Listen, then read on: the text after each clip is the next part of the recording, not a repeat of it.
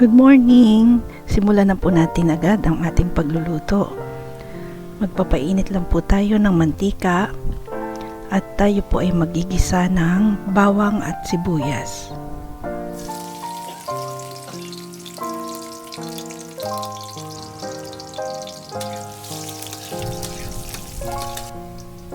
Hintayin po nating lumabas yung sarili ng aroma.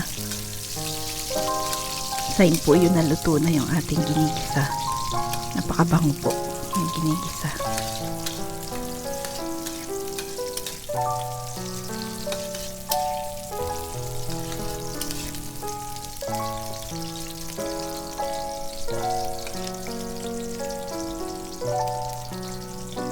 Ngayon naman po ay lalagay po natin ang ating chicken.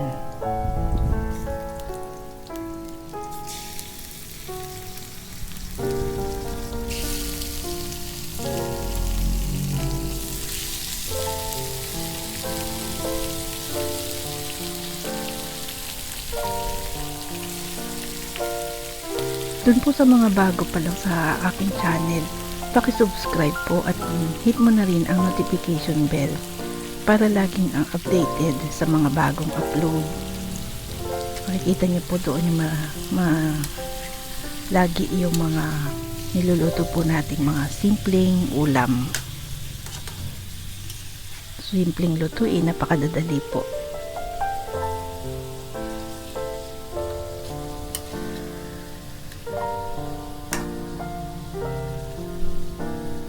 Ayan, sundan po natin ang ating sangkap ng paminta, dahon ng laurel at patis.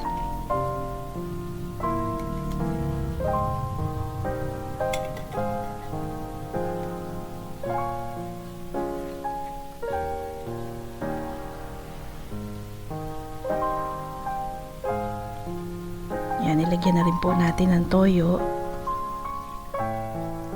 para manuot na po yung lasa niya pati sa loob ng chicken, at tubig para naman sa pagpapakulo. Pakukuluin po natin hanggang sa lumambot yung manok, maluto. Yan po, halo-halo lang po ng konti paminsan-minsan para hindi po manikit yung ilalim. Amoy pa lang ang sarap na. So ngayon po, pwede na po natin ilagay ang mushroom.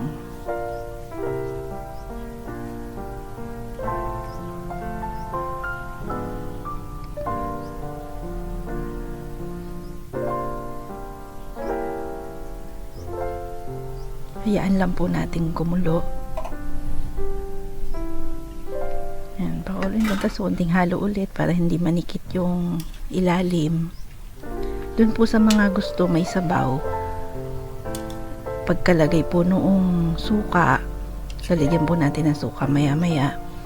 Pwede na pong hanguin, konting kulo na lang, hahanguin na po.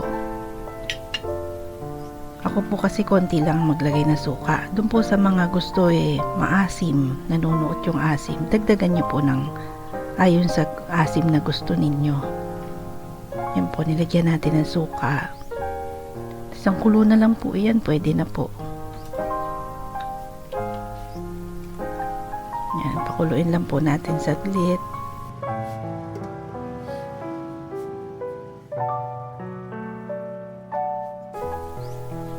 Wow, ang sarap. Amoy pa lang ulam na. Kung gusto nyo po dry yung sarsa lang, pakuluin, patagalin pa po ninyo ng kulo. At ganyan po ang itsura niya.